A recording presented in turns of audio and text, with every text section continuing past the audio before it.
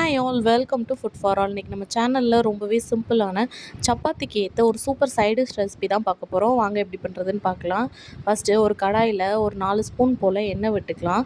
எண்ணெய் லைட்டாக சூடானதும் ஹோல் ஸ்பைசஸ்லாம் போட்டு தாளிச்சிக்கலாம். பட்டை, கிராம்பு, ஏலக்காய், பிரிஞ்சி இலை எல்லாம் தாளிச்சிக்கலாம்.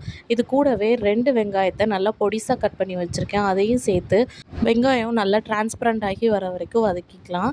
வெங்காயம் வதக்கிறதுக்கு கொஞ்சமாக உப்பு சேர்த்து நல்லா வதக்கிக்கோங்க. இது கூடவே நான் 2 தக்காளியை நல்லா பொடிசாக கட் பண்ணி வச்சுருக்கேன். அதையும் சேர்த்து தக்காளி நல்லா குழஞ்சி வர்றதுக்காக மூடி போட்டு ஒரு 5 நிமிஷம் நல்லா வேக வச்சுக்கலாம். இப்போது தக்காளி நல்லா குழஞ்சி வெந்து வந்துருச்சு. இது கூட நம்ம தேவையான மசாலாலாம் சேர்த்துடலாம்.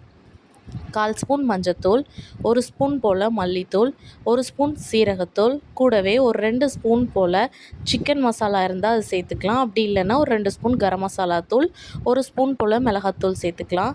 இது எல்லாத்தையும் நல்லா ஒரு முறை கலந்துட்டு கொஞ்சமாக தண்ணி ஊற்றி மசாலாவோட பச்சை வாசனை போகிற வரைக்கும் லைட்டாக கொதிக்க விட்டுடலாம். நான் இன்றைக்கி ஒரு 4 உருளைக்கிழங்க நல்லா வேக வச்சு மசிச்சு எடுத்துகிட்டு வந்திருக்கேன். அதையும் இது கூட சேர்த்து ஒரு முறை நல்லா கலந்து விட்டுக்கலாம். உருளைக்கிழங்க வேக வச்சு நீங்கள் பீஸ் பீஸாகவும் கட் பண்ணி போடலாம். இல்லை இந்த மாதிரி மசிச்சு விட்டிங்கன்னா கிரேவியோட டேஸ்ட்டு நல்லாயிருக்கும். இப்போ தேவையான அளவு தண்ணி சேர்த்துட்டு கிரேவியோட கன்சிஸ்டன்சியை அட்ஜஸ்ட் பண்ணிவிட்டு ஒரு கொத்து போல் கருவேப்பிலை தூவிட்டு கிரேவியை ஒரு 15 நிமிஷத்துக்கு கொதிக்க விட்டுடலாம். மசாலாவோட பச்சை வாசனைலாம் போயிட்டு நல்லா எண்ணெய் பிரிஞ்சு கிரேவி சூப்பராக ரெடி ஆகிருக்கும்.